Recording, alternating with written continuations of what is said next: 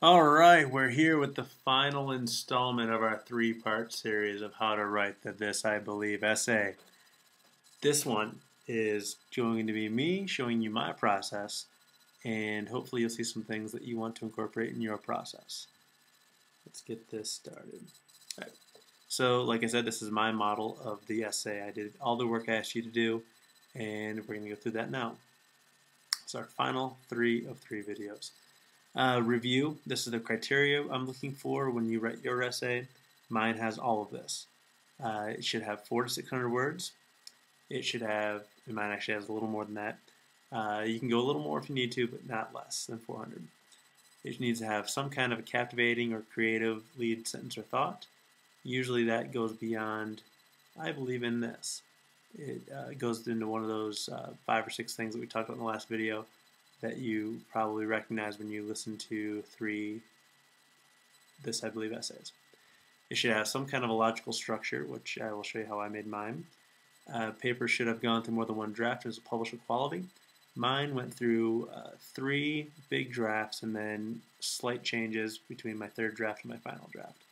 And then finally, MLA formatting with your heading, title, and page numbers, which I will show you how to do toward the end. Brainstorming. I started with my topic. And let's see here if I can do this where you can see it. So this is my actual brainstorming page. Hope you can see that. And I didn't know where to start. I had, like I said last video, I paced around the house and I started thinking about like what do I really believe and what do I want to get, what is my message. And I kind of thought I knew when I sat down, but I wasn't quite sure. So I put in what do I believe on the top there. And then I just started writing things that I believe in until something stuck. So I put equality, relationship is in life. The next one says funny is a supreme trait. Fear should be confronted and destroyed. And then after that, I started going off fears because I thought I was going to go in that direction. So I started writing other things that connected to fears. And then by doing that, I wrote something about my best friend and confronting a fear with him. And then that led me to this big thought here, which I ended up circling because it became like what I wanted to talk about. So it took me all of this to get to what I really want to talk about. And that is that basically I make the choices of whether or not I'll be happy. And for me, I kind of figured out that secret. And that's what my paper is going to be about. So I can choose to let relationships thrive or die, which came off of relationships. I believe I choose everything controllable in my life. That became my original idea, which kind of even more further. Talked about how I'm always happy. I'm never high-tempered. I react pretty calmly in pretty much all circumstances. So that pretty much becomes my brainstorm. And so by this point, I'm thinking, okay, so I want to do a paper about why I react to things the way I react to things. So that was my brainstorm. And as you can see, I just scattered words and then finally became a cluster. So it was like a mixture of a couple different brainstorming techniques. All right. Then organization. That's very important. So now that I had my thoughts, I kind of knew the general area I wanted to go. I took my brainstorm and came up with how I wanted to organize that. And I did a couple things. One is I wrote my lead for how I wanted to enter into the paper. And my lead says, how can you be happy with so much horrible crap in the world? So I wanted to do a question kind of lead, one of the 5 that we talked about last time. And then over here, I made just Roman numerals. I just did it because that's how I was taught, but anything that makes sense to you, I just made it chronological, in the order of my introduction to my conclusion, how I wanted the paper to go. And I actually stuck with this for my first draft, and then as my drafts went on, I abandoned some of this and kept some, and you'll see as the process goes. Right, then I wrote, and then rewrote, and then wrote again, and then rewrote. I did actually 4 drafts, like I said, 3 big drafts, and then the 4th one was minor changes. And I'm actually going to show you some of those drafts. So my first one, I really just wanted to get my thoughts out. I was looking at my brainstorming page, I was looking at my structural map, and I just wanted to get my thoughts on the paper so that I would have something that I could go back and tweak later. But if I stopped and like nitpicked everything, then it would have been impossible for me to actually get the paper done. So let's see. Let me pull up my first draft. This one right here. All right. So as you can see, this is kind of a short paper, 288 words, but I got the thoughts out, and that's all I needed to do. By the time I got to my third draft, I was getting pretty good. It was 656 words, which pretty much is the same as my final draft. Just my final draft has like some more editing differences. And so it's a pretty big paper, not quite double spaced or MLA format yet, but we'll show you that in a minute. So yeah, let's just go through my draft here. So the first one, didn't even care, just had to get thoughts out. It ended up being about a third of what the actual paper turns out being. The second draft, I read the first draft out loud, I made changes where necessary, I revised some of the structures so that it was kind of true to what I was trying to say and made it flow better. And then draft 3, which is the one I just showed you, my structure looked very different than when it started, and I was finally getting the ideas across. And the final fourth draft is when I start looking at grammar, any structural things that haven't been fixed yet, and then also changing to MLA format. And I'm going to do that with you real quick, and then I'll read my story, and then we'll be done.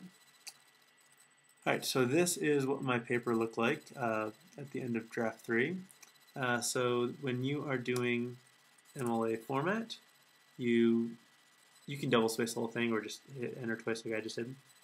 It has your name first, that's all on the left side, then the name of the class, the language arts, the teacher's name, which of course I'm not a professor, but since my name is also on the top line, I think that I'll just do that to distinguish, and then the date, and the date is September 12th, and you do it in the European style of writing the date, or anywhere else in the world that's not the United States. And this, I believe, essay is kind of a lame title. I think that I'm going to spruce up a bit with, let's call this, I forget what I called it. Oh yeah, the Happy Gene. And it's capitalized, except that we're going to actually center this. And my cuff word for PCs, you center a little differently, but basically just like this horizontal thing, it's probably going to be up in this area. Okay, so now everything needs to be double spaced, so I'm going to highlight all of these things. There's a shortcut over here, but I'll show you the long way. Go to Format, Paragraph, and spacing goes to double. Push OK, and all of a sudden that's double spaced, and everything. It's only everything that I highlighted. Final thing is I need to add a page number up here, and right next to my page number goes my last name to finish off MLA format. So I'm going to Insert Page Numbers. I want it on the right side, but I want it on the top of the page, and I'm going to push OK. So that gives me the page number, and that's going to automatically make it appear on each page. But I need my last name just next to it. So I click on it twice to open up the header, and I push this right justify button to get that over there, put my name over there, and then all of a sudden the name's on every page. I have perfect MLA format. I do not forget to save it. We'll save this as the final demonstration version. Okay, and that's all there is to it. Now I'd just like to read you mine, and we'll be done. Okay, it was a long process. I'm very proud of my final draft. If we look back at it, the first one, pretty poorly written. Now I like my final draft, and I'm proud of it. Again, this is everything that you should have when you hand it in. Your free write, your notes of your mentor text, all the drafts you went through, and your final publishable, this, I believe, essay. All right. Now let me read mine to you. Okay. The Happy Gene. You smile all the time. You don't always have to be so happy. How can you be so happy with all the crap in the world? People have been saying these things to me ever since I could remember. When I was in high school, I thought that some people must be born with some sort of happy gene. Around my 20th birthday, though, I questioned my core beliefs, and my idea of the happy gene quickly disappeared. I was 20 when I had my first and only bout with depression. It all started after I began questioning all the beliefs my parents raised me with. This lasted for almost an entire year, which happens to be the exact amount of time I tried to force myself to reconcile their beliefs with my new beliefs. I had almost an entire year without my happy gene. I'm not much of a scientist, but I don't think genes just come and go. After almost a year of intensely questioning nearly everything I had been taught as a child, I decided to live by my new humanistic beliefs instead of the religious beliefs my parents raised me to live by. I finally had my happy back. But why did it come back? Before my year of depressing, I knew in practice what I believed was the right way to live. When I questioned those beliefs, I rocked the core of who I was. Everything inside of me knew I needed to be true to myself and accept the new life in front of me, even though it was a leap into the unknown. According to my parents, it was a leap from eternal bliss into eternal pain. Until I began doubting my upbringing, I had life figured out. I was 19 years old, actually 20, should change that. And I knew what life was all about. Then I found one small crack in my parents' belief system, and that crack opened the floodgates for all sorts of doubts to come in. Once my reasoning assured me my parents' way was wrong, there was no going back. But I really wanted to go back. I wanted all the answers. I didn't want to have to figure life out. It took me almost a year to come to terms with accepting my new belief system. I wanted my old system, the one with all the answers, but my mind had already known that my old way of thinking wasn't right. Almost a year later, I fully came to terms with what my mind had been yearning for. I denounced my upbringing. This announcement came to the dismay of many of my family and friends. I received countless phone calls and visits from people concerned for my well-being.